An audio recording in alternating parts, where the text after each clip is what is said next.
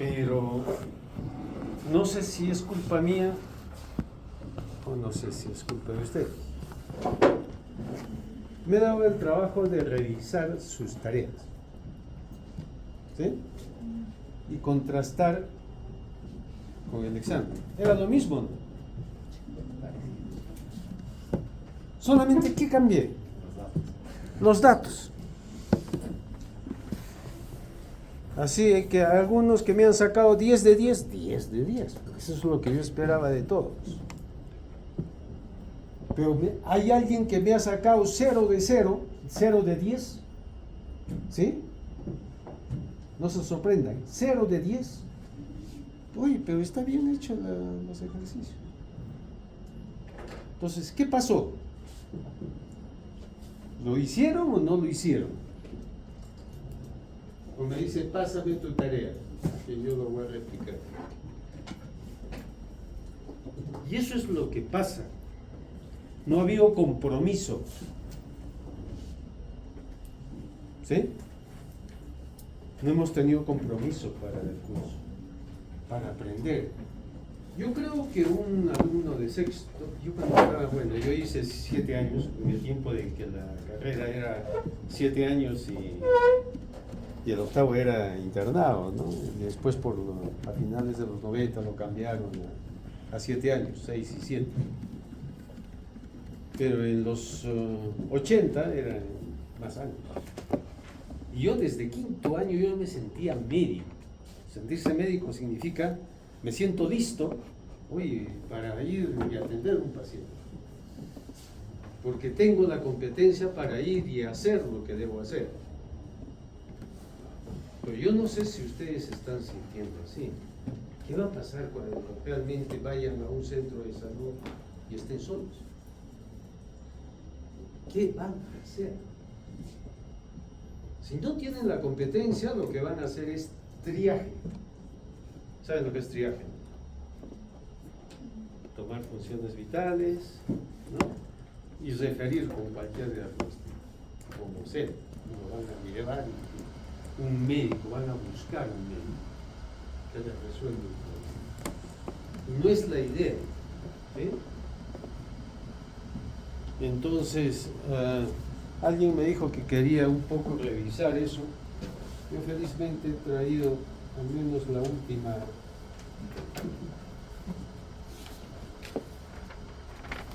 La que me interesa. Solamente voy a demorar unos 15 o 20 minutos. Preparar una solución de dextrosa al 12% en un Volutrol de 100. Ustedes saben que para referencia no tengo bomba de infusión. Lo que tengo son Volutroles de 100 o de 150. Puedo preparar para cualquier volumen. Entonces, teniendo dextrosa al 10 y al 33, podría haber sido 33 y al 5%, que es incluso la que más frecuentemente hay en un centro de salud. Vamos a preparar una dextrosa al 12%. Ya es sencillo, ¿sí? Tenían ahí las formas de hacerlo. Y como era 8.69 para 33 y el resto 91.3 era para dextrosa al 10. ¿Sí? Yo les dije antes, lo voy a preguntar porque lo que necesito es de que ustedes hagan las cosas. Por eso lo voy a preguntar. El caso de sífilis lo habíamos discutido, ¿no es cierto? ¿Sí? A no ser que no hayan estado en clase, no entiendo cómo se equivoca. ¿Qué RPR tenía recién nacido? No reactivo. ¿Sí? Era un hijo de una mamá con sífilis. ¿Puedo decir que es sífilis congénita? El diagnóstico, ¿se acuerdan de sífilis? Decía a cualquier dilución. Pero eso lo habíamos discutido. No lo entiendo. Quiere decir que cuando vayan al centro de salud y sífilis es pan de cada día, se me van a equivocar. La tercera dice calcular el déficit de agua corporal total. Solamente agua corporal total, nada más. Les dije, solamente pónganme la pregunta. ¿Sí? Pero no sé por qué se demoran en hacer un montón de cosas que yo no les pregunto. Calcular el agua corporal, déficit de agua corporal total, nada más. Queda 92, ¿no es cierto? Para las primeras 24 horas. ¿La formulita la tenía? Sí. El cuarto, ¿cómo hacía la indicación médica? ¿Qué tenía que agregar? El agua de volumen en 24. mantenimiento. ¿Sí? Y de ahí hacer la indicación médica, aumentando el agua de mantenimiento y después distribuir con una solución en una deshidratación severa como una solución alumno normal, normalidad mía de sodio, 140.000 equivalentes por litro. También lo habíamos anunciado, ¿cómo lo hacíamos? Uno normal es 140.000 equivalentes por litro. Para su total, ¿cuánto les corresponde? Hay unos que me lo han puesto en el total, bien.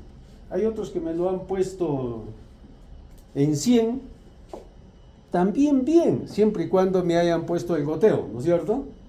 Porque si ustedes me han puesto en 100, su 95.5 con su 4.1 y su 0.4, y si me ponían el goteo, yo ya sabía que ustedes saben el volumen total, ¿cierto? Así de simple. O sea, lo interpreto así, y ustedes pueden poner el volumen total o poner por cada 100, pero lo que me importa es a qué velocidad va a ir esto para hidratar, que no sea ni muy rápido ni muy lento. En los de antibióticos, no sé si tienen alguna duda, porque lo voy a seguir utilizando la siguiente clase. Hoy, el sábado estamos quedando, ¿no, Antonio? El de neumonía. ¿Por qué? ¿A quién le toca neumonía? Seminario. Seminario de neumonía. Toño, todavía no han hecho nada. Porque nadie sabe. Mira, fíjate que nadie sabe a quién le toca el seminario de neumonía. No, pero mira, nadie sabe. Lo que me llama la atención acá es que no sabe nadie.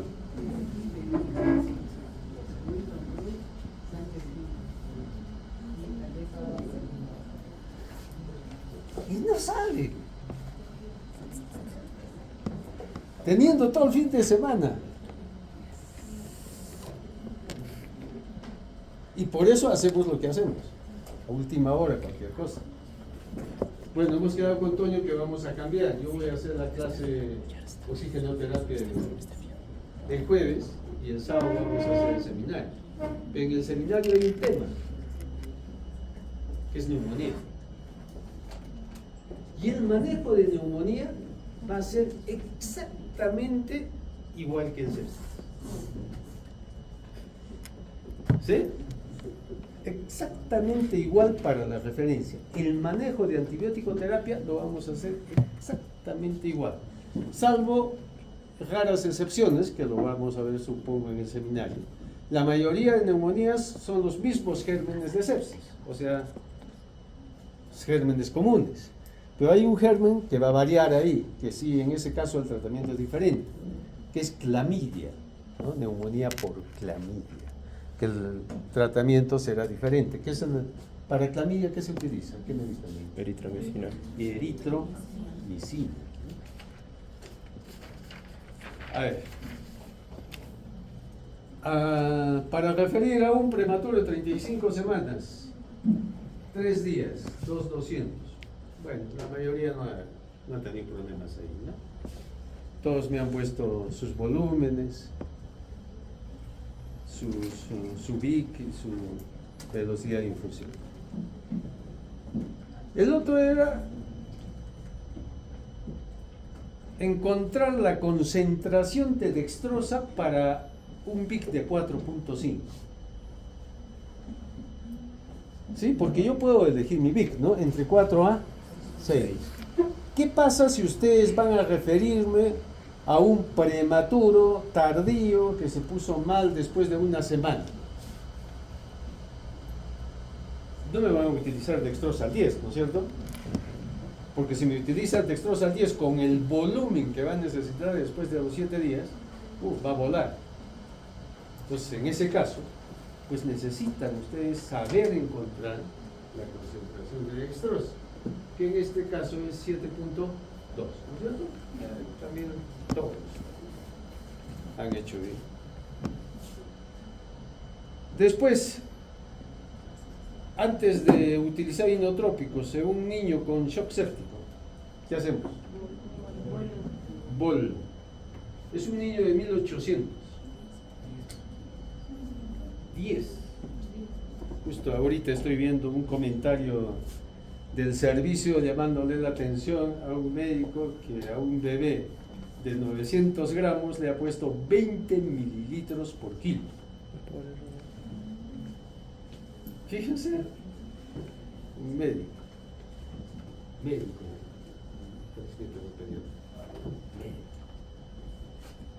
así le habían referido. Entonces yo no quiero que cometan ese error.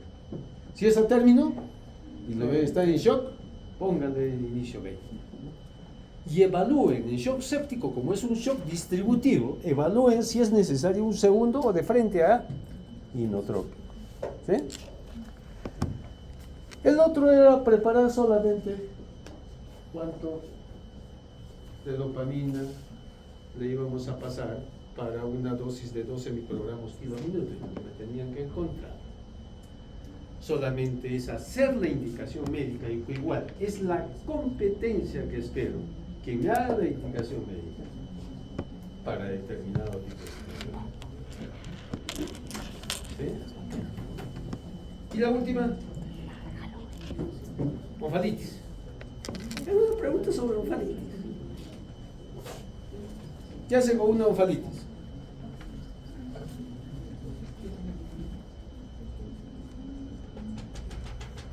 Pregunto. Primero, NPO o leche. Segundo, antibióticos o no antibióticos, o cremitas.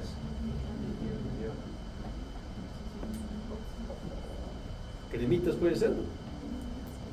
Una onfalitis no se cura con cremitas. ¿Cuál es el problema? Que está muy cerca del torrente sanguíneo, que el riesgo de sepsis es alto. ¿Qué gérmenes hay en una onfalitis? Gran positivos y gran negativos. No es igual que un impétigo. En un impétigo no hay gran negativos. Y si hay gran positivos y gran negativos, ¿cuáles son los gérmenes que me producen una onfalitis? ¿Qué gérmenes de los gran positivos? Aureos. Está Staphylococcus. ¿Y qué utilizo para Staphylococcus? Así de sencillo. Oxacilina. ¿Y para gran negativo? Un aminoglucósido. A eso se le llama terapia empírica, pero basada en epidemiología. Porque primero tengo que saber qué es mi epidemiología para ese tipo de patología. Y después digo, oh, puede ser, yo tengo esto.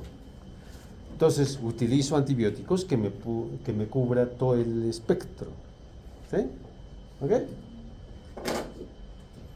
¿Cómo les digo?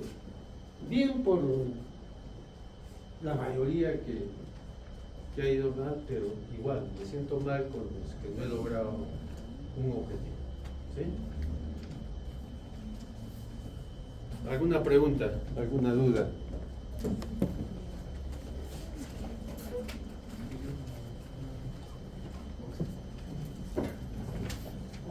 ¿Alguna pregunta? ¿Alguna duda que hayan tenido?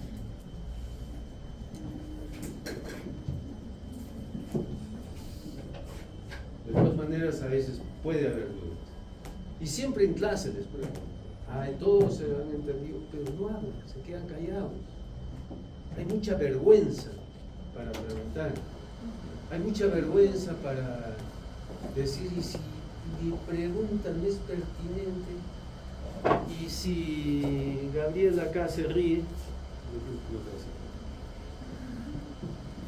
o sea, eso es lo que tenemos, lo que pregunto. No tengan miedo a preguntar.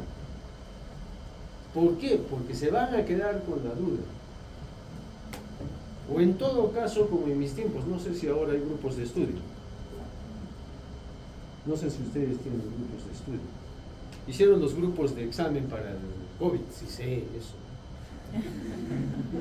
Normal. ¿Realmente hicieron grupos de estudio para el COVID? No. Para el examen sí hubo grupos de estudio. ¿No es cierto? ¿Eh? Que tú vas así. Qué mentiroso, Fernando. Tú me has dicho que tenías tu grupo. Únanse. Mandaba el grupo. A veces yo prefiero a la antigua, que plagien a la antigua. ¿Cómo es el plagio de la antigua? Acordeón. Resumen, ¿no es cierto? Está dentro del papel, del lapicero transparente. Borrado. Y escrito todas las fórmulas. Cuando uno hacía resúmenes, el chiquito hacía sus acordeones, automáticamente muchas veces no necesitaba sacar el acordeón, ¿no es cierto? ¿Por qué? Porque ya te lo habías aprendido. Así de fácil. Así que yo invito a este tercer capítulo a seguir poco a poco con todo, porque gran parte de este capítulo igual son casos clínicos. En este caso que vamos a hablar de prematuros, con una patología especial, en el caso de policitemia, en las cuales vamos a hacer manejo de la policitemia mediante esquemas que están en UpToDate. Ya les digo de dónde voy a sacar en UpToDate, está bien esquematizado qué vamos a hacer con las policitemias. Hipoglicemia, UpToDate, un resumen que todas las guías tienen como guía UpToDate en hipoglicemia y en hipocalcemia. ¿Sí? Bueno, pero todos esos temas, y la otra me olvidaba, nomás era el tema más grande que tenemos para este tercer capítulo. El más grande. Ictericia, ¿no? Y vamos a aprender a manejar el esquema de Nice, ¿no? ¿Es Nice o es nice? Nice sería si fuera una palabra, esa palabra en inglés que te digo, estás nice, qué nice, ¿no? Pero, Nice, ¿qué significa? Nada, es británico. Es las iniciales del Centro de Investigación Nacional.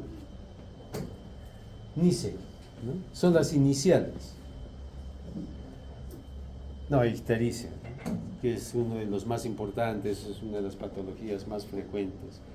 Y vamos a aprender a manejar la guía de Nice. ¿Eh? Hoy día, entonces, creo que ya me demoré media hora. Síndrome de dificultad respiratoria recién nacido.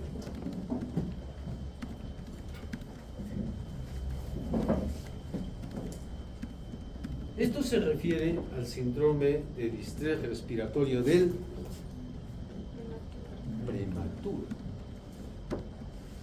conocido también como enfermedad de membrana hígado.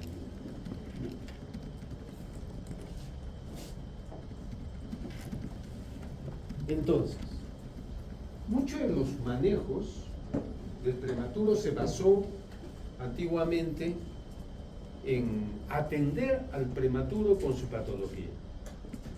Ahora lo que se trata es de prevenir en una amenaza de parto prematuro la presentación de la membrana dialética. ¿Sí? Entonces tenemos que prevenir sobre todo antes que tratar. Se acordará un poquito de embriología, ¿no es cierto? Porque a veces es difícil. Las etapas del desarrollo pulmonar. Y en base a esto va también las patologías. De la semana 3 a la semana 6 aparece el esbozo de la glándula pulmonar, el pulmón es una glándula. Desde la semana 5 a 16 la pseudoglándula. De las 16 a las 24 semanas canalicula. Por eso es bien difícil que yo pueda hacer vivir a un niño menos de 24 semanas. Desde la semana 25 a la 38 es mucho más fácil, porque ahí los sáculos ya tienen una función de intercambio de gases. Y desde la semana 38 hasta los 2 a 8 años es la etapa alveolar. O sea, el pulmón de un recién nacido al término es inmaduro. Por eso es donde puede afectarse con el oxígeno. El oxígeno es un medicamento que puede ser tóxico para el pulmón y producir una displasia del desarrollo o alteración del desarrollo del pulmón. ¿Qué es la membrana hialina? Es una patología preferentemente del prematuro, mayormente del prematuro, y va en relación a la edad gestacional. A menor edad gestacional, mayor la incidencia de membrana hialina. ¿Qué ocurre? Esto lo habíamos visto un poco cuando hablábamos de adaptación pulmonar. Identificamos dos tipos de células a nivel pulmonar, ¿no es cierto? Los neumocitos tipo, ¿cuál es la función del uno? De intercambio de gases. Y los neumocitos tipo 2, producción de sulfato.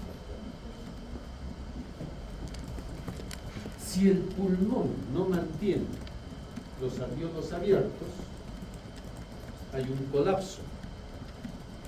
Eso se llama, cuando se colapsan los alvéolos, ¿qué se llama? Atelectasia pulmonar. Pero para que ese alvéolo se quede infladito, ¿qué se necesita? Surfactante, también conocido como sustancia tensioactiva. Significa que es necesario esta sustancia para mantener el pulmoncito infladito. Entonces, hay prematuritos, mientras más chiquito, tienen poquita cantidad de surfactante y se acaba muy rápidamente, se consume. En los otros como que tienen un poquito más de surfactante, pero no tanto, por lo tanto hay diferentes grados de membrana hialina. Si el oxígeno no puede entrar a ese alvéolo, ¿qué pasa con los vasos sanguíneos a nivel pulmonar? Siguen colapsados. O sea, están con un aumento de la resistencia vascular pulmonar. ¿Sí? Por lo tanto, no se van a oxigenar. Esa sangre que pueda venir por ahí no va a pasar a nivel alveolar.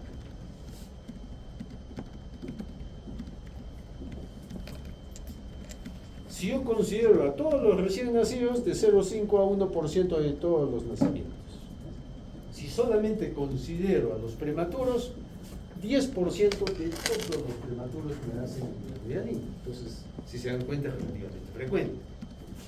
Pero si lo clasifico la incidencia por edad gestacional, pues ahí varía la cosa.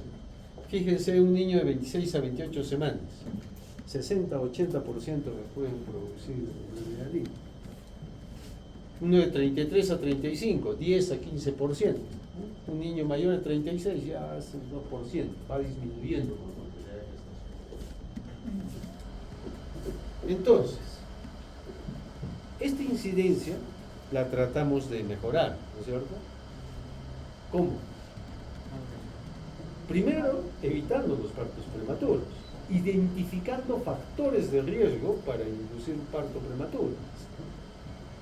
Si no trato las patologías que me producen prematuridad, por decir diabetes gestacional, hipertensión del embarazo, hipertensión crónica del gestante, infecciones. Las infecciones me producen inicio de trabajo de parto prematuro. Si yo no identifico eso, voy a aumentar el grado de prematuridad y por lo tanto de todas las complicaciones que hemos hablado de prematuro en la clase, en las clases anteriores. Pero si yo disminuyo un poco eso, voy a hacer que más niños me nazcan más a término, primero. Segundo, tengo inminencia o amenaza de parto prematuro. ¿Qué le pondrían? Ahí está la propuesta, maduración pulmonar. ¿Cómo hacemos maduración pulmonar? Beta-metasona. ¿Cuál es el esquema? 12 miligramos cada 24 horas por 2 días. Y si fuera, no tienen beta-metasona, solamente en el centro de salud hay dexametasona. 6 cada 12 horas por 12 por 2. ¿Cuántas dosis? 4 dosis. Bueno, el surfactante, esta diapositiva ya se las presenté cuando hablábamos de surfactante, ¿se acuerdan? Es mayormente por fosfolípidos, el 90% y 10% de proteínas. El fosfatidilglicerol y el palmitoil fosfatidilcolina son los más frecuentes en los fosfolipidos. Entonces, ¿cómo es la secuencia? Inmadurez pulmonar, ¿qué me produce? Déficit de surfactante. Si hay déficit de surfactante, ¿qué pasa con el alveolo? Eso se llama atelectasia. Si no entra el oxígeno al alveolo, ¿qué produce? No hay ventilación pulmonar, no hay compliance pulmonar. Hay hipoxia y hay acidosis. Si hay hipoxia tisular, ¿de dónde obtiene la célula la energía? Metabolismo anaeróbico. Del metabolismo anaeróbico con producción de ácido. ¿Qué otro produce? Shunt derecha e izquierda. Esto es shunt, ¿por qué es? Porque hay hipertensión pulmonar. Entonces persiste la circulación fetal. Y por eso es donde hay el ductus abierto, en los prenaturitos, mayormente. Y hay vasoconstricción pulmonar, lógicamente. ¿Qué otra cosa ocurre en membrana hialina? De ahí viene el nombre. Un depósito de fibrina, un depósito de una sustancia hialina, en las cuales hay un aumento de la permeabilidad vascular y de ahí va secreción hacia el alveolo.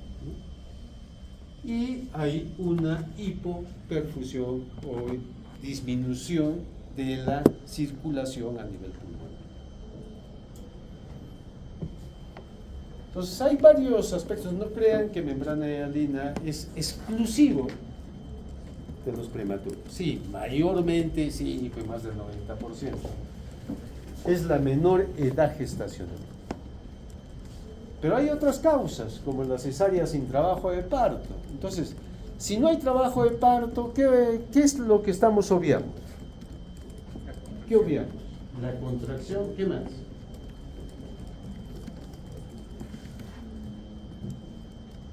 La liberación de adrenalina. ¿Cuál es la función de la adrenalina? Básicamente hace que el líquido pulmonar empiece Se a frene, absorber. que ya no se produzca, ¿no? Pero si no hay eso, sí, una serie de problemas voy a tener cuando no hay trabajo de parto, ¿no? El antecedente, porque puede ser que, fíjense, yo tengo una familia que a pesar de que son prematuros tardíos, casi todos hacen membrana de harina y unos otros no. Entonces se dice que puede haber, a veces hay un antecedente genético en los cuales no hay buena producción de surfactante, ¿no? La hemorragia materna. Si hay aspiración de sangre, va a inactivarse el surfactante que hay. Igual en la asfixia. ¿Por qué en la asfixia? Porque hay un consumo. Se consume mucho el surfactante en la asfixia. El hijo de madre diabética, ¿cuál será el problema? La insulina. El hiperinsulinismo fetal que interfiere con el surfactante. En la eritroblastosis fetal igual, ¿no? El sexo masculino. Si ustedes estudian todo lo que es morbimortalidad neonatal, siempre van a encontrar que en el varón es más riesgoso de que se enferme y más riesgoso de que se muera. Casi 60-40. Entonces, siempre hay mayor riesgo, ¿no? Entonces, no somos el sexo fuerte, ¿no? El débil. Porque igual, ¿dónde se mueren más?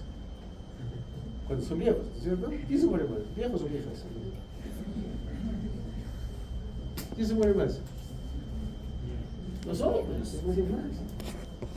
Siempre hay más abuelitas, ¿no? La abuelita es un roble que está ahí. Y eso es desde el nacimiento. Pueden inducir a que sea un aspecto de tipo hormonal, como hay teorías, ¿no? Pero así es. El segundo gemelar tiene más el riesgo de hacer membrana y harina que el primero. En partos gemelares prematuros estoy hablando. ¿Por qué? ¿Quién está bajo estrés acá? ¿El segundo? No, el segundo gemelar es el ocioso. El primero es el que está trabajando, es el que está bien encajado, es el que va a salir primero, el que está en el estrecho superior. ¿Me entienden? ¿No es cierto? Es el que está bajo estrés. Y si está bajo estrés, madura más. Y el segundo está ahí, que el otro haga su trabajo. Y nace el segundo y hace dificultad respiratoria. Es lo que siempre se ve. ¿Cómo es el cuadro clínico? Hay un síndrome de dificultad respiratoria. Si hablo del síndrome de dificultad respiratoria, que puede ser por varias causas, ¿no es cierto? Cuando hablamos del síndrome de dificultad respiratoria en general, ¿por qué puede ser? Signo de alarma, ¿no es cierto? ¿Se acuerdan del signo de alarma del síndrome de dificultad respiratoria? Ya, pues respondan la pregunta del examen.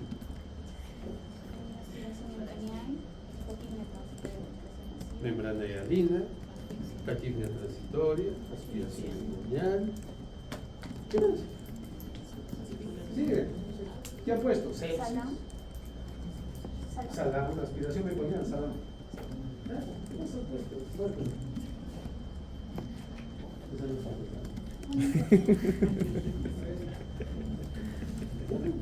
No, solamente es causa respiratoria, si no es respiratoria. Ahí está neumonía, hay que hacer hernia diafragmática, ¿no? Cardiopatías congénitas, resistencia de ductos, comunicación interauricular o interventricular, policitemia, una hipoglicemia, una hipotermia o una También, niño con fiebre, ¿qué dice la mamá? Se está agitando, ¿no? Está con fiebre, pero lo mío agitado. Lógicamente, pues cuando ustedes están con fiebre, se agitan. ¿Qué es la membrana de Adime? Es un síndrome de distrés respiratorio de inicio precoz desde el nacimiento. ¿Y qué pasa desde el nacimiento? Va empeorando. ¿Sí? ¿Por qué va empeorando? Porque es progresivo en las primeras 6 horas. Porque los alvéolos se van colapsando. Se va presentando la atelectasia. Entonces, conforme avanzan las horas, ese distrés empeora. Esa es una característica clínica, ¿no? Hay edema, puede haber diuresis disminuida porque en membrana de Adina puede haber un SIHAT. ¿Saben lo que es SIHAT?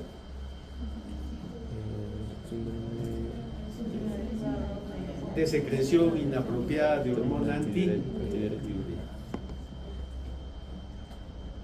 Entonces, la hormona, conocido también como vasopresina.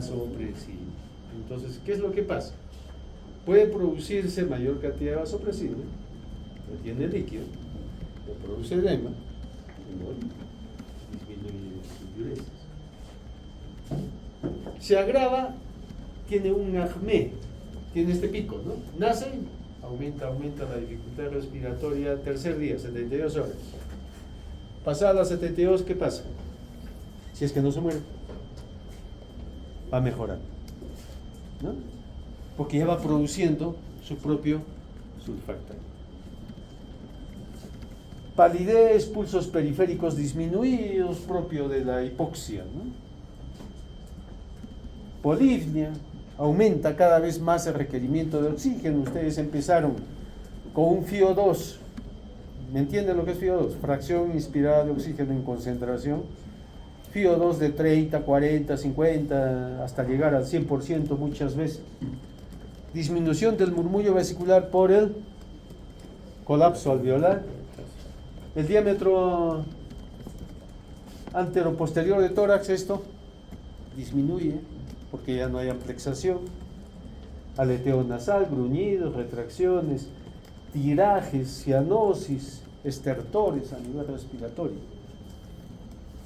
Todo es catastrófico, ¿no? Y se presentan estos tiraje y retracción, ¿no? Retracción es en el sifoides, tiraje lo pueden ver a nivel bajo, a nivel intercostal bajo o a nivel subcostal. Entonces, para eso tenemos este test, ¿no es cierto? Que se llama el test de Silverman. El test de Silverman se creó allá por el año 1956 por dos doctores, Silverman y Anderson, y propusieron este test para evaluar el grado de dificultad respiratoria de los niños prematuros. Entonces, de acuerdo a esto, el mejor puntaje es 0, intermedio y severo. Entonces, evaluamos movimientos tóraco-abdominales, tiraje intercostal, retracción sifoidea, aleteo nasal y quejido, y lo clasificamos. Esa dificultad por grados. Leve, si tiene un Silverman de 1 a 3, la mayoría dice, sabes que esto es observable, satisfactorio, hay que ver si solamente necesita por ahí oxígeno a flujo libre. ¿Qué pasa si tiene 4 a 6? Y es una dificultad moderada. Por lo tanto, ya puede tener un agravamiento en el tiempo. Por eso esto hay que repetirlo. Cada 8 horas o cada 4 horas hay que volver a hacer el Silverman, porque es variable en el tiempo. Entonces, sabes que esta es una dificultad moderada, pues puede tener repercusiones, y de repente por acá empiezo con un CPAP nasal, ¿no? Y 7 a 10 ya sería severo, ¿no? severa, generalmente son niños que necesitan ser intubados y necesitan ventilación mecánica. Entonces, clínicamente, podemos tener radiológicamente grados, porque la radiología nos ayuda, ¿no? Porque nos dice, mira, ¿qué tanto se han colapsado los alveolos? En la 1 puede haber una imagen discreta, granular, por ahí un poco punteada,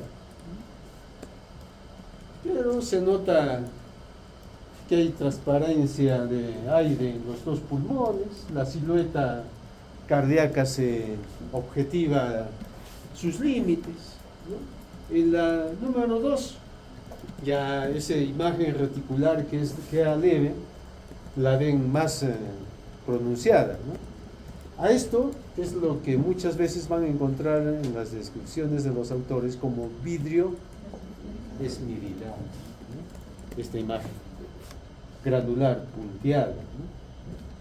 Y ya se puede ver broncograma aéreo, ¿no? Que son unas rayitas oscuras, por acá o por acá, que es el atrapamiento en el bronquio del aire, que no puede pasar hacia los alveolos.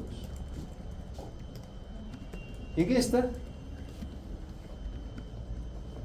sí, pues sigue el broncograma ahí, pero fíjense que la silueta cardíaca está borrosa, ¿no es cierto? ¿Sí? Y en la cuarta, acá ya hay bastante opacidad, ¿no?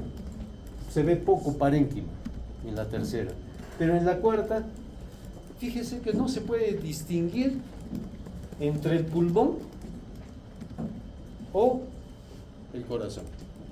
Netamente hay broncograma aéreo, que son estas rayas negras, pero el aire no entra al pulmón. Hay borramiento de la silueta cardíaca, completamente. En este, igual, ¿no? Un poquito reticular, acá más reticular, acá ya se pierde un poco la silueta y acá no tiene nada de silueta en otra secuencia de placas, ¿no? Entonces, hay tendencias para el tratamiento. Hay quienes dicen, no, hay que utilizar surfactante. Bueno, hay que utilizar surfactante todavía, hay que poner el CPAP. Muchas veces el CPAP se pone tardío y ya no va a entrar, a no ser que lo ponga a presión. ¿Tiene un efecto? Sí, abrir los alveolos. Pero es una especie de reclutamiento de alveolar que tengo que hacer. Poner el surfactante y estar ventilando, ¿no? O lo pongo en el ventilador con parámetros un poco altos, pero gradualmente tengo que ir disminuyendo. Por eso es un manejo más de una UCI. ¿Qué es lo que pasa si yo con estos parámetros de ventilador acá sigo con los mismos parámetros de ventilador? ¿Qué pasaría? ¿Me entienden, no es cierto? Este niño está intubado con unos parámetros de PIP y PEP altos. Y en este caso sigo con esos parámetros. ¿Qué pasaría acá? Neumotórax. Lo reviento ese pulmón. Entonces eso hay que ir controlando, hay que ir viendo, bajando los parámetros conforme el niño va mejorando. Entonces el surfactante tiene sí un efecto. Laboratorio que podemos pedir, test de Kleber, que ya no se usa ya mucho porque para eso necesito líquido amniótico. El índice de citina es fibromialina, los dos primeros son el líquido amniótico, si es que uno quiere ver madurez pulmonar. La determinación de fosfatidilglicerol también puede ser para ver maduración pulmonar. Pero en sí, una vez de que nace el niño, yo necesito dos cosas: gases arteriales y una radiografía. Y esas radiografías las hacemos seriadas porque van cambiando en el tiempo. Y anatomopatológicamente, bueno, el estudio para comprobar que la causa de muerte fue membrana de Alin es mediante esta tinción, en las cuales se puede ver microscópicamente, ¿no?, la congestión a nivel alveolar, ¿no?, y la presencia de esta sustancia hialina, ¿no?, de esta fibrina. Criterios diagnósticos, la clínica, ¿no? ¿Cómo era la clínica? Distrés respiratorio de inicio precoz desde el nacimiento y progresivo. Cuadro clínico compatible, entonces radiografía compatible, la necesidad de oxígeno y la mantención de la signología respiratoria por lo menos 48 horas. Porque muchas veces hospitalizan a un niño con prematuro, CR, 2 puntos, enfermedad de membrana de Alin. Lo encuentro con CIPAP. Llego a las 24 horas y ese niño no tiene absolutamente nada, no le pusieron nada tampoco. Entonces, ¿qué pasó? ¿Y qué? Puede haber sido una taquipnia si fuera un niño a término, o puede haber sido un trastorno de adaptación prolongada. O sea, la adaptación respiratoria normal que ustedes conocen en las primeras horas, pero que se ha prolongado. Entonces, estos niños, ustedes necesitan, si es que tiene la mala suerte de nacer en un centro de salud, que sea referido. Y referido con un ambiente térmico neutro, monitoreo hemodinámico, oxigenoterapia, mantener un equilibrio de hemodinamia, porque el prematuro es muy susceptible, sobre todo en hipoxia, a tener hemorragias. Exámenes de laboratorio, siempre, si es un prematuro, ¿qué descartarían de trastorno metabólico? Hipoglicemia, hipocalcemia. Estabilizar y tener toda la otra causa, ¿no es cierto? Oye, ¿quién sabe? Antonio, tú sabes solucionar esto. Compatibilidad. Ahora, el tratamiento, hay un manejo prenatal, ¿no es cierto? Sobre todo, identificar factores de riesgo de parto prematuro. Segundo, los corticoides prenatales a la mamá, ¿no es cierto? Ya hemos visto y conocemos los dos esquemas de corticoides. Tercero, estar preparados para la atención y reanimación del recién nacido. ¿Qué vamos a evitar? La asfixia. Estar ahí para prestos a reanimar. ¿Sí? Reanimación. Evitar la hipoxia. ¿Dónde estoy ya? Por allá. Y esta era la única. ¿Sí? Y ya el postnatal va en base al manejo de surfactante, si lo tuvieran. ¿Quiénes tienen surfactante? Justo. Para los que vayan a trabajar a la convención, tienen el hospital de Quillabán. Ahí hay una unidad neonatal, entonces se refiere ahí para... y ellos tienen surfactante.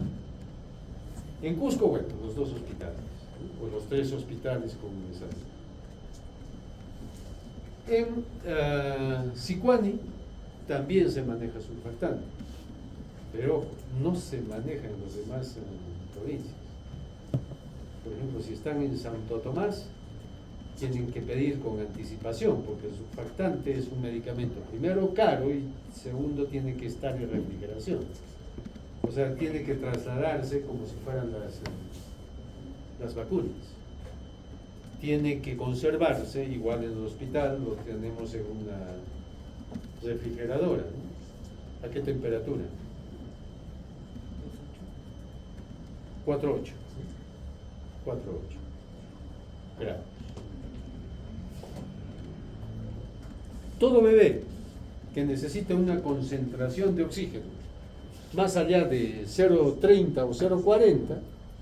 Para que tenga una saturación en prematuros, tratamos de que la saturación sea 90-94, ¿sí? O 90-95 si quieres. Límite, en prematuros con estrés respiratorio. 90-95, no es el promedio. En promedio de oxigenoterapia, sí, para la mayoría lo tenemos 88-93. Pero acá tratamos de mantener sobre 90 en el prematuro. Si no soy capaz de mantener una saturación más de 90 con oxígeno de menos de 30 o 40%, esa es indicación para pasar a un CPAP y utilizar sulfactante. El manejo respiratorio va a depender de la clínica, ¿no es cierto? Sobre todo del grado de dificultad respiratoria y de las FiO2 en relación a la saturación. Si es leve, utilizarán ustedes solamente oxígeno a flujo libre. Si es moderado, por ahí que sea más de 30 de oxígeno, CPAP. Y si es más de 60% de oxígeno, que necesiten oxígeno, mejor sería ventilación mecánica. En cuanto al momento, hay dos momentos. Es una terapia temprana y una posterior o tardía. La temprana está dentro de las 2 horas posteriores al nacimiento. Esto se ha asociado con un menor riesgo de displasia broncopulmonar. La displasia, alteración de formación de tejido del pulmón, porque ya saben, el pulmón es inmaduro, no ha llegado a todavía madurar completamente, por lo tanto se puede alterar su desarrollo. Menor neumotórax también en comparación a la administración tardía. O sea, tardía, ¿qué significa? Si le pongo surfactante después de las 2 horas. Las guías varían, ¿no? Hay guías que te dicen, no, sabes que hay que esperar, no se apresuren en poner surfactante. Lo principal es el CPAP. El CPAP tiene 2 funciones principales en membrana hialina. Uno es mantener la presión intraalveolar, por lo tanto, evitar el colapso, ¿sí? El colapso alveolar. Y el otro preserva el surfactante. Quiere decir que no se va a consumir muy rápido el surfactante. Preserva el surfactante. Y el de rescate, ya cuando el niño empeora y necesitamos presiones mayores. Entonces, nuestro objetivo en estos prematuros con membrana hialina va a ser 90, 94 o 90, 95. No hay problema. Entonces, uno es el surfactante. Otra cosa importante es el sulfato de magnesio a las mujeres gestantes con amenaza de parto prematuro, porque es inminente. ¿Qué función tiene? Neuroprotector. ¿A quiénes? Menores de 32 semanas de edad gestacional. 32 semanas, ¿con qué peso corresponde?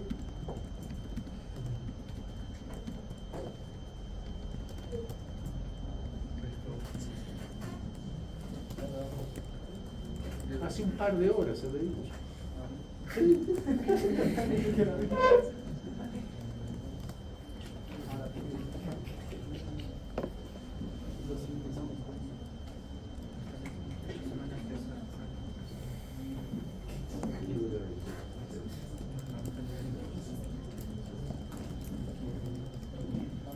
Hay una relación aproximada con edad gestacional con peso, ¿no es cierto?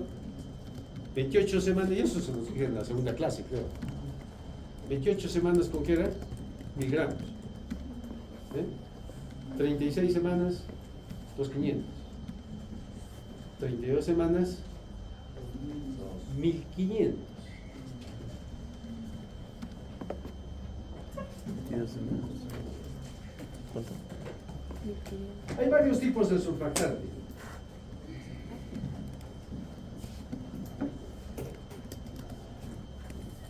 El más común es este, el más usado es este. Este es el que aprendí a usar desde que era residente en los años 90, ahí en el Hospital Rebariati, que además era el único hospital que tenía surfactante. Ningún hospital del ministerio tenía surfactante. En esos tiempos no había seguro, solamente había un seguro escolar para niños. Todas las gestantes, ninguna gestante tenía un seguro. Me refiero a las del MINSA. Las que tienen en salud tenían en salud porque pagaban un seguro de salud. Pero no había un seguro. Entonces, ¿de dónde íbamos a conseguir esto que costaba como 800, 900 soles en ese tiempo? Y muchas veces se utiliza uno o dos. Entonces no lo teníamos, ¿no? La dosis es de 4 mililitros por kilo. Eso lo podemos intratraquear, ¿no? Endotraquear. Puede necesitar una segunda o una tercera dosis de acuerdo a necesidad. Este es origen bovino, un extracto de pulmón bovino. El segundo usado es este, puro surf. Este es un extracto de pulmón porcino.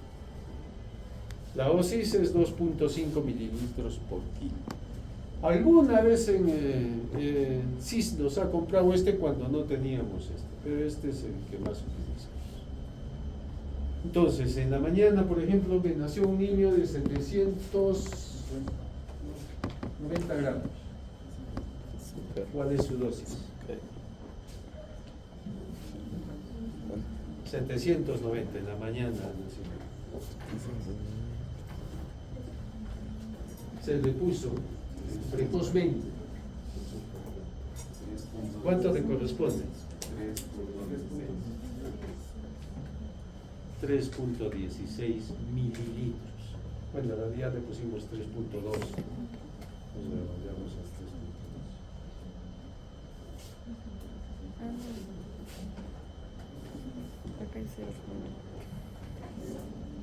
CPAP es lo más importante. Si bien es cierto, el día jueves vamos a hablar sobre oxigenoterapia y dentro de eso un poco sobre CPAP. Para adelantar un poco esto, el inicio es precoz. En este niño que les digo que ha nacido en el hospital, de inicio hemos ido con el CPAP armado. ¿Cómo lo hemos recibido? Nace el bebé, lo hemos secado. Al toque, reaccionen. ¿Hemos secado o no hemos secado al bebé? ¿Sí?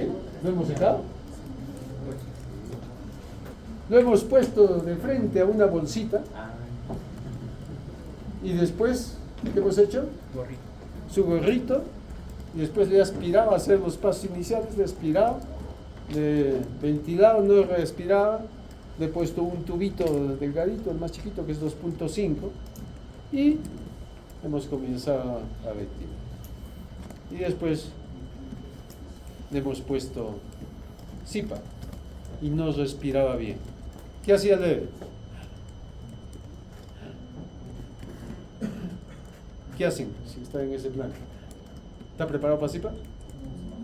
No estaba preparado para CPAP. Entonces, ¿qué hemos hecho? Meter el tubo.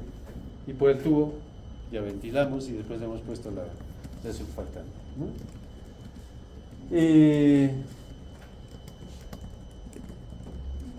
Se dice que el CPAP disminuye la displasia broncopulmonar, ¿no? Y también disminuye los riesgos de hemorragias, requieren menos ventilación mecánica, pero este era muy chiquitito, ¿no? Era 26 semanas con 790, muy chiquito. Probabilidad de vida baja. Entonces, el CPAP preserva también la función surfactante. Puede fracasar, ¿sí? En caso de fracaso, ¿qué es lo que me van a hacer? Si es más allá del FIO 12 0.3 o 0.4 y no mantiene una saturación de 90 a 94, ¿qué van a hacer? Ventilación mecánica y surfactante. ¿Qué pasó? ¿Qué hizo? Pedir siempre una radiografía para confirmar a veces neumotórax o cómo va yendo. En este caso era un niño que no estaba respirando bien, que estaba con respiración un poco jadeante, trabajoso y no estaba yendo bien con CPAP. Entonces, ¿qué viene? Ventilación mecánica. Cuando utilizo CPAP, empiezo con 5, generalmente mi promedio va a ser centímetros de agua. ¿Entienden eso, no? De los centímetros de agua. Hay una línea inhalatoria que viene del balón a la cánula binasal acá, y hay una línea exhalatoria que viene debajo del agua. Conforme más adentro esté debajo del agua la línea exhalatoria, más presión va a haber acá. Entonces, el bebé, si está con este tipo de respiración, si le pongo un CPAP, en vez de hacer esto, va a ser, yo hago un intento, y esa es la función del CPAP, ¿no? El niño hace un intento de respiración, ahí, y el CPAP lo aumenta. Entonces mejora la confianza pulmonar. Conforme va evaluando, ustedes pueden ir aumentando. Que 1 centímetro más adentro, o 1 centímetro, 7 centímetros, ¿no? Sobre 7 es bien riesgoso, porque la presión ya va a ser mucha, que va a ser riesgo de neumotórax. Entonces, sobre 8 no se aconseja ya nada de eso, ¿no? Empezar, si quieren, un prematuro, el consenso me dicen para un prematuro 6 centímetros y ustedes me lo dejan así. O sea, para referir, ustedes me lo van a referir con 6, ¿sí? 6 centímetros de agua de presión. Y presiones inspiratorias, si es que ventilan, de 20 a 25 centímetros de agua, ¿no? Ya ventilación mecánica estaría indicado en acidosis respiratoria, en presiones arteriales de oxígeno debajo de 50, o también las PCO2 que estén sobre 60.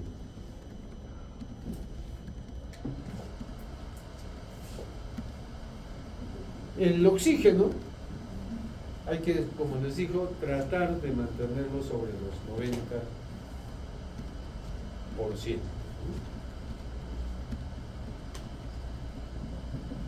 Complicaciones, ahí tiene una complicación.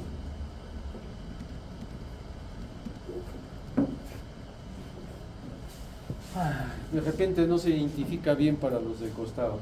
Acá hay una línea, ¿se fijan? ¿Así? Este es un neumotórax. Este es un neumotórax. Entonces hay infecciones, hay neumotórax, hay persistencias de ductos arteriosos, hemorragias ventriculares, hipertensión pulmonar.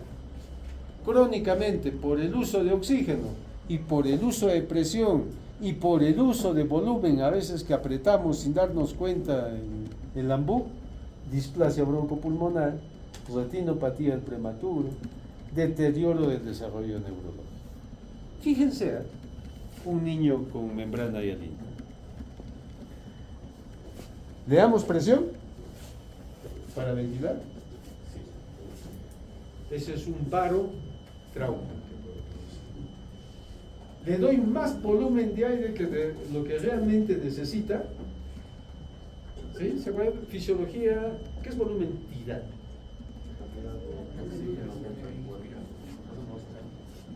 De volumen de aire, no de oxígeno. Volumen de aire. ¿Cuál es?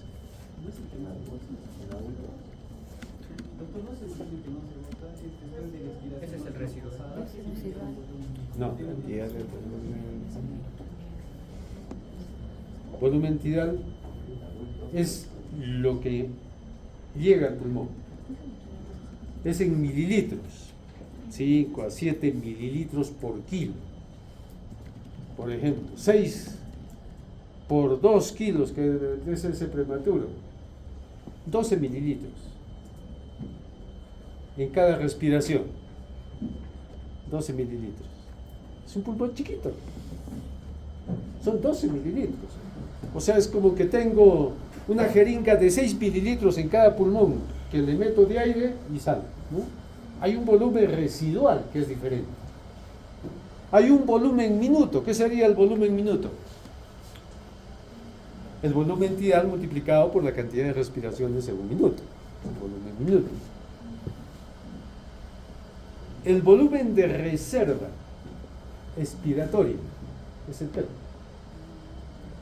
Es lo que queda al final de la expiración. Muy bien, eso es con respecto, y yo no voy a alcanzar. Yo me estoy demorando. Taquipnea transitoria recién nacido. No, este es el segundo, es más corto. Es otro síndrome de distrés respiratorio, ¿verdad? Muchos nos equivocamos con esto. Como el nombre es taquipnea transitoria, creemos que es de corta duración. Y no es así. También conocido como pulmón húmedo o síndrome de distrés respiratorio tipo 2, ¿no? Porque el tipo 1 es la membrana hialina. Entonces, la idea acá es identificar qué niños pueden tener taquipnea transitoria recién nacido, qué hacer y cómo tratar. Entonces, no es tan grave, es una enfermedad benigna y autolimitada, obstructiva en el recién nacido. Y hay una dificultad respiratoria desde el momento del nacimiento y permanente. ¿Cómo era la membrana hialina? Así, ¿no es cierto? ¿Qué es la taquipnea transitoria? Desde el nacimiento. ¿Por qué esto es así? De la membrana hialina. Porque el colapso es así. ¿Y por qué esto es así? Por el motivo. ¿Cuál es el motivo? Es un edema peribronquiolar. ¿Se acuerdan que yo les dije hay una redistribución de líquido? ¿A raíz de cuál? Del extracelular. Pero si nos acordamos un poco de adaptación pulmonar, vamos a encontrar que el líquido pulmonar se elimina por 3 vías. ¿Se me acordarán? ¿Sí? Una vía. Por la boca. Absorción. Por la boca. Otra vía. ¿Hacia dónde?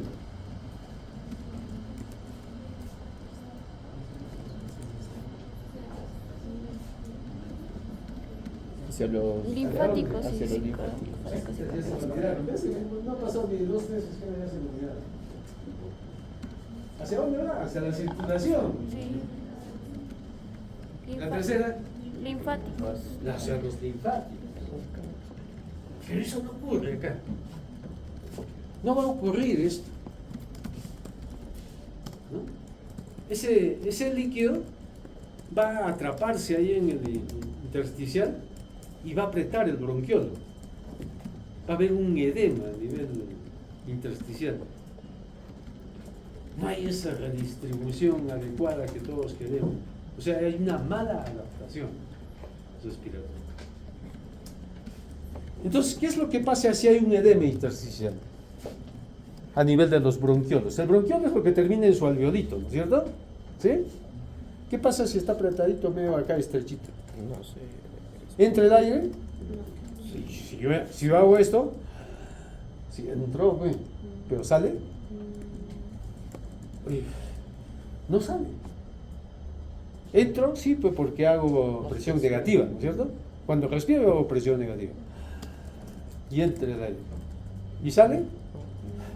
No sale. Cada vez estoy así. Pero como es una respiración que entra poquito aire, pero ya no quiere salir, estoy así. Entonces van a ver ese niño con unas respiraciones que generalmente son más de 80 por minuto y generalmente pueden llegar a más de 100 respiraciones por minuto. Entonces el bebé está... ¿Y cómo está mi pecho? Hinchado. ¿Por qué está hinchado? No bota aire. Porque no bota aire. Ahí se queda. Entonces hay retracciones, ruidos, cianosis, ¿no? Un promedio generalmente se resuelve entre 48 a 72 horas, ¿no? Es variable la frecuencia, pero puede ocurrir en el 0.5 a 2.8% de todos los partos. En el caso que el parto haya sido por cesárea, aumenta entre 1 al 30%. Pero estoy hablando del caso de cesárea sin trabajo de parto. O sea, si no hay trabajo de parto, una cesárea, más probable que me haga una taquicardia transitoria. Porque no hay pues todos esos procesos que hemos estudiado, ¿no? Entonces hay un edema, ¿no?, a nivel del pulmón, ¿no?, consecuencia del retraso de la eliminación de este líquido pulmonar. Y este líquido se almacena ahí, pues, a nivel de los linfáticos peribronquiolares. Interfiere con la permeabilidad de ese bronquiolo. Y hay hiperinsuflación.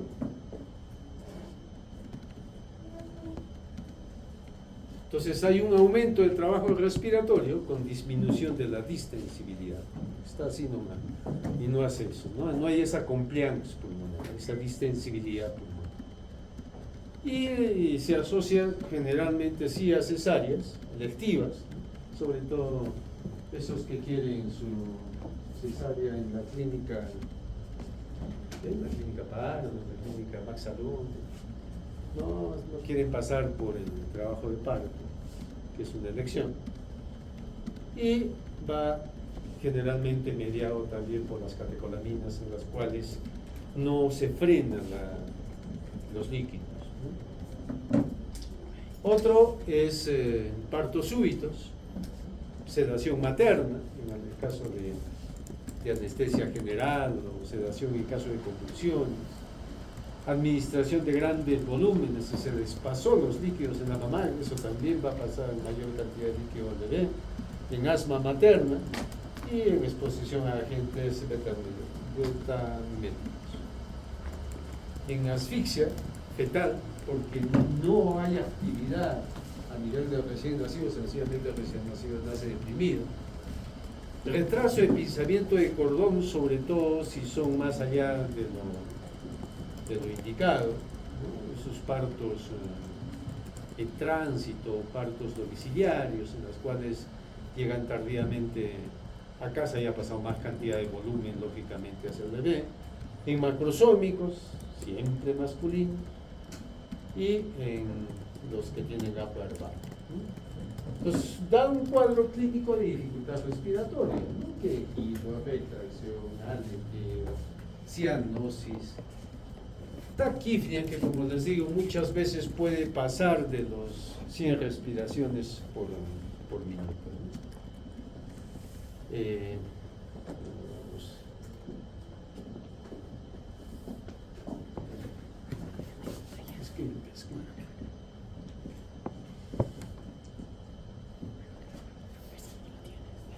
hay estertores, hay mayor requerimiento de oxígeno, mejora después de las 24, 48 horas. Es variable la duración, pero en promedio son unos 3 días.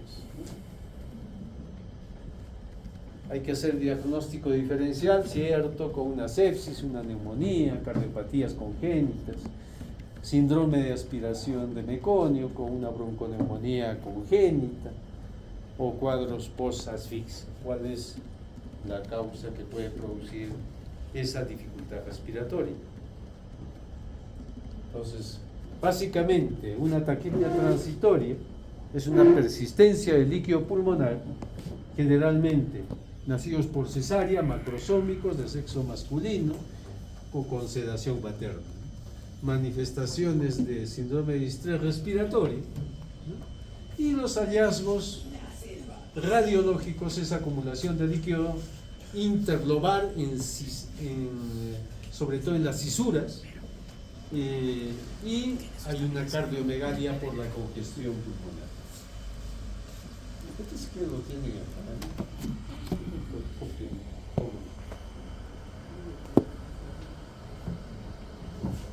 A nivel prenatal no hay mayor cosa, no es un cuadro que yo tenga que prevenir nada, sencillamente que sea lo indicado. Esperar, sí, taquicardia transitoria más en las cesáreas sin trabajo de parto. Podemos hacer una gasometría, pero como les dije, es una enfermedad de distrés respiratoria que parece aparatosa, pero es benigna, al menos en tantos años que tengo en la especialidad, pues yo no he visto ninguna taquicardia transitoria que se me muera, a diferencia así de los de membrana hialina. Lo podemos comprobar con una radiografía de tórax, y en las cuales se puede encontrar líquido pulmonar fetal retenido, congestión parailiar, ahí puede haber una cisuritis como un acúmulo de líquido entre el interlobar, ¿no? Puede haber un poco de derrame pleural o edema alveolar.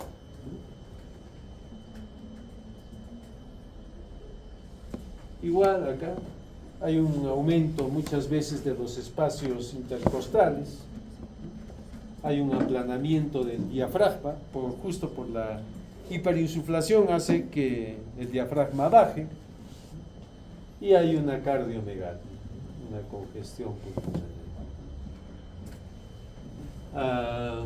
Igual acá, ¿no? Aumentan los espacios, se nota un pulmón que puede estar hiperairiado, y siempre un corazón un poco más redondito por la congestión. ¿Qué hacer? ¿Qué hacen? Son cuadros que no se van a pasar. Ya se les dije, si hay un síndrome de distrés respiratorio que ustedes sospechan, pero antes de las 24 horas está bien, sencillamente no fue un proceso de adaptación. Los procesos de adaptación prolongada pueden durar 2 horas, 3 horas, 4 horas, 12 horas, generalmente no es más de 24 horas. La vez pasada me llaman de Urubamba, médico conocido, que está trabajando allá, y me dijo, tengo un niño acá, pero que está con dificultad respiratoria. ¿Cuántas horas tiene? 2 horas, me dice, pero sigue, le he observado 2 horas y sigue con dificultad respiratoria. Y pero digo, ya, mándalo, ¿no? Cuando ha llegado a la emergencia después de unas 2 horas más, el niño no tenía nada, ni necesitaba oxígeno, nada, no había dificultad respiratoria, sencillamente estaba todavía en su proceso de adaptación. Pero si no es así, hay que ver qué hacer. Si es más de 80, que generalmente por frecuencia respiratoria yo puedo tomar una actitud en cuanto a la vía de alimentación que puedo tomar, todo niño que tenga mayor de 80 respiraciones por minuto, por favor, no le dé leche. ¿Sí? ¿Por qué? Se puede aspirar. El riesgo de aspiración es mayor. ¿Sí? Porque no le da el tiempo a deglutir. la taquicardia. Entonces, más de 80 respiraciones, se supone que no es normal, más de 60 ya no es normal, 80 peor. Ahí debe haber otros signos, incluso de dificultad respiratoria. Entonces ustedes lo que van a hacer es ponerle un endovenoso, ponerle un oxígeno y referir. La taquicardia transitoria no es un cuadro de prematuros. Y ahí tengo una diferencia. Es un cuadro de niños a término o cercanos al término. ¿Qué quiere decir cercanos al término? Prematuros tardíos. O sea, básicamente es una patología de un niño a término o cercano al término.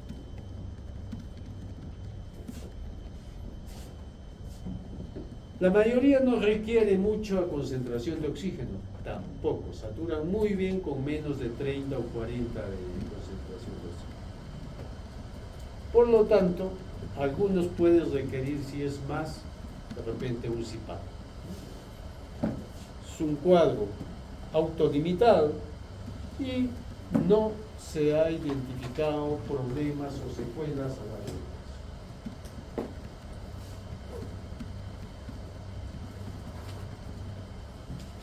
Como les dije, es un cuadro benigno, ¿no? Sí, un poco lo que hay que hacer es el diagnóstico diferencial.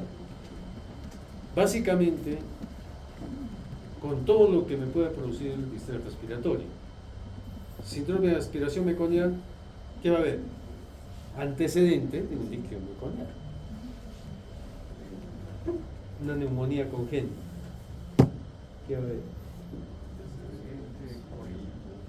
Puede haber antecedente de coriomionitis, puede haber antecedente de RPM prolongado, puede haber antecedente de fiebre materna de origen desconocido. Entonces, ahí sospechen y de repente ahí me pueden agregar, por esto estoy sospechando neumonía congénita y le voy a iniciar terapia antibiótica empírica.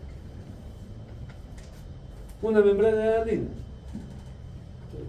Con la prematuridad, con la edad gestacional me van a hacer. Muy bien. Eso es todo. Nos vemos. Ustedes no me leen el aula virtual. Del anterior. Ya, les voy a liberar ahora unos artículos sobre oxigenoterapia. ¿Ya?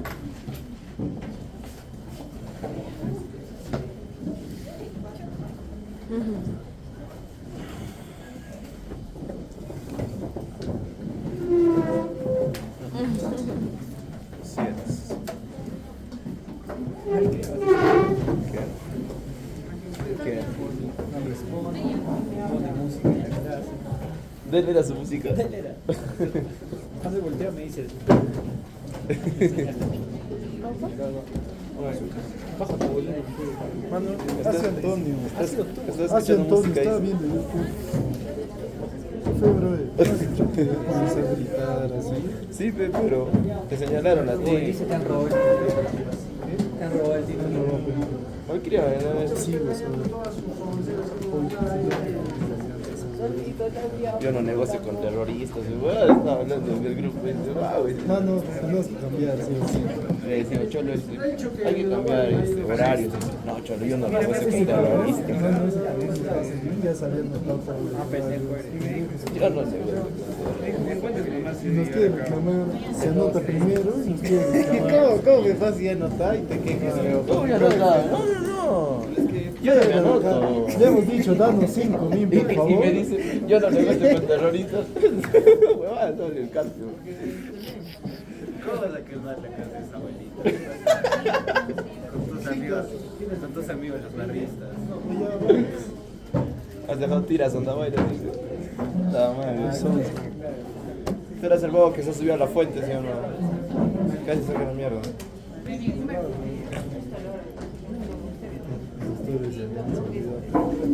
¿Ya sabías? Cuidado, cuidado. Se con terroristas, cabezón. Eso.